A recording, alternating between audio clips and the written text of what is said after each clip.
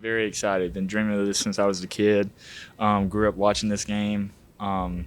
So just blessed to play, honestly, just another SEC game, another ranked opponent at home. So just very, very excited. What do you remember about the third Saturday, October as a kid? Just growing up, how special it was to both parties. Being from the state of Tennessee, and also the University of Alabama being a part of that. Just what a great just what a great tradition with the cigars and always on the third Saturday of October. Just this is what college football is all about. This is what SEC football is all about. Two great teams going at it, every year. So just really looking forward to the opportunity. I know you're a fan of your dad's team, but did you grow up rooting for the Vols, and was there ever an early memory of this rivalry where maybe you were on the other side? Yeah, of course, like I grew up, watching them. Favorite guy was Peyton Manning. I remember, my dad playing them. I guess it would have been Derek Dooley's first ever game there. Whooped my dad's tail like 50-0, right?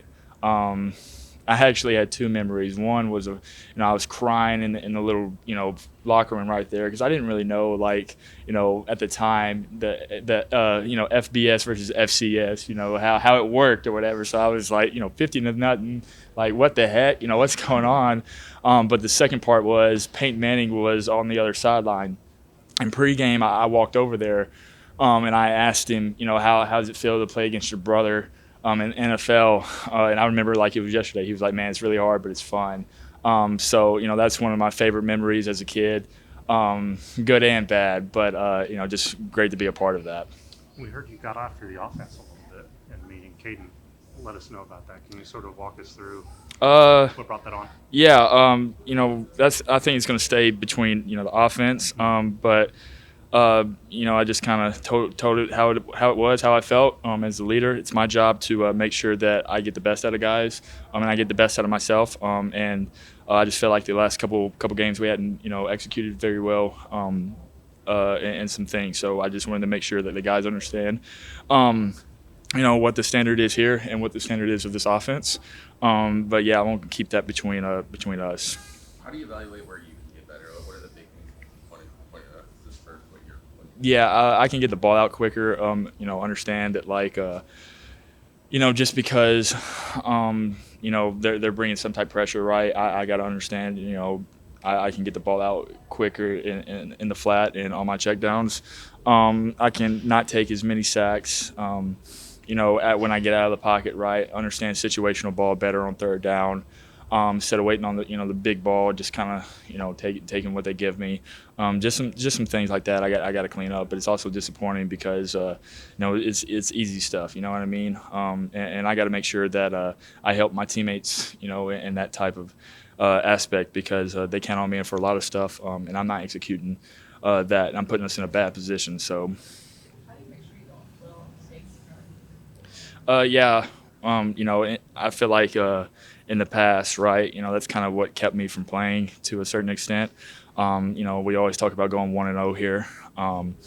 Just because of what happened. I think about the Vanderbilt game's a perfect example, right? First drive, go all the way down there, throw a pick. They go score. I can't just sit there and dwell on the pick, right? Like we got to keep going, got to keep punching. But you also look back and understand like all the experiences that you have from playing, coming back watching the iPad, right? Just understanding, everything because everything's just every play's a new learning type thing. You know what I mean? So you just live and you learn, and make sure that you got to keep punching. Ty, when asked Coach Grubb about your throwing mechanics and kind of what he wants to improve, you mentioned like throwing on the run, but he also mentioned like a quick pow with the left hand but before each throw. Is that something that is natural to you? Is that something that he wants gone or like Yeah, throwing on the run, I gotta make sure that I'm more accurate in that aspect, just because I kind of rely on my athletic ability a little too much. And the pat comes from a baseball background, pitching, shortstop, whatever position you can think of in baseball. Just kind of how I grew up throwing. It's hard, to be honest. We do a lot. I do a bunch of drills. And I also know that he talks about the next level all the time and how DBs are a lot faster and the the pat is just a half second quick enough to where they can break up a ball or they can intercept it.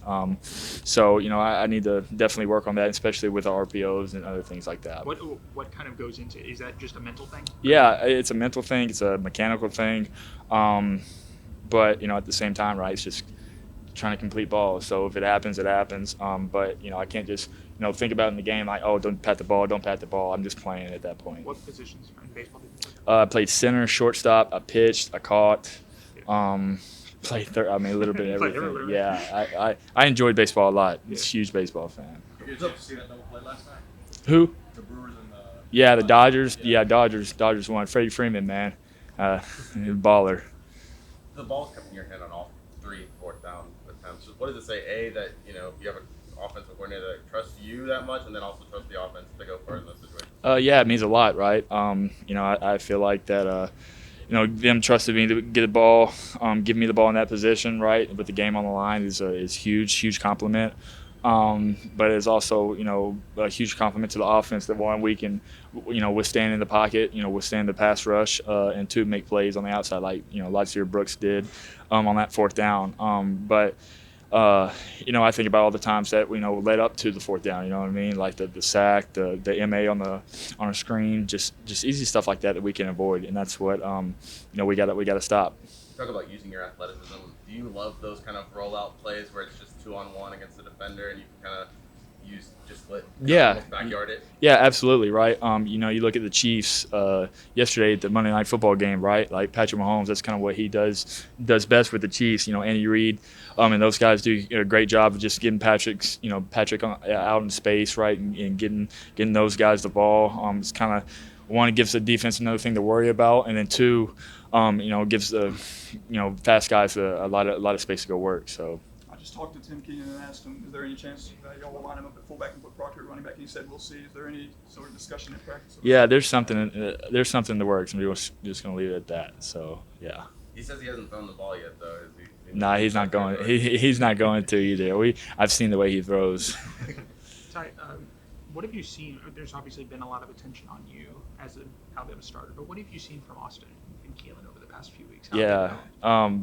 First off, right, I mean, like, those guys are grown tremendously from the time that Austin's got here last year to Key's time in the spring, right? Like, super proud of where they are. I think about when I was their age, and they're light years ahead of where I was. Just how mature they are, how much ball they understand, how talented they are. One, having confidence in your starter is huge, but having confidence in your second guys is even more of a compliment, right? And I have extremely confident that if something were to happen to me, that those guys would execute it at a high level.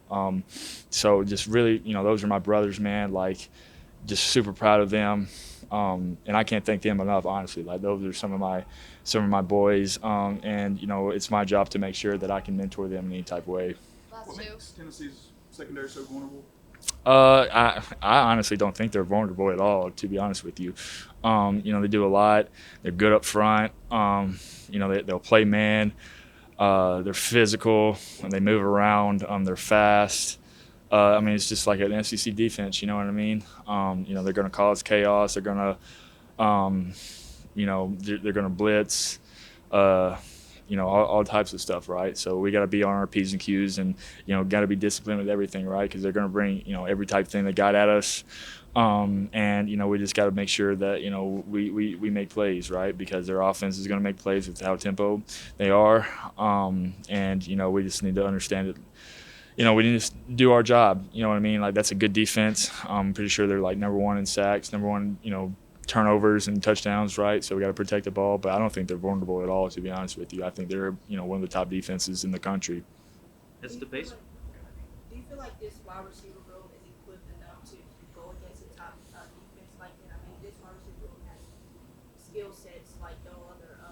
They each bring a different kind of skill set. What have you seen from them that you feel like it's good enough for them to give them? Well, yeah, I feel like that, I have the best wide receiver room in the country, to be honest with you, right? Not only from the the players in general, but how deep they are, right? Really proud of how far Lightyear Brooks has came. Proud of Rico Scott, Derek Meadows, guys like that. I think of how far Jalen Mbakwe has come. Coming from DB to wide receiver, right? Jalen Hill, like Cole Adams. He people don't understand it, but like him, filling that onside kick in the game was very underrated play. And then the guys like Germ, Ryan, Zay, just everybody like that, right? It's hard to defend when everybody thinks we just have one guy. No, we have about 8. You know what I mean? And so being able to get the guys out in space and spreading them out and being able to throw to a bunch of guys like that, like I'm extremely blessed, and they make me look good. You know what I mean? And then not talking about the guys up front with the O-line, and then you have Josh, Danny, Caleb Edwards coming along, like just the whole group in general, and makes it hard for guys to cover us. So Thanks, Ty. awesome, thank you guys.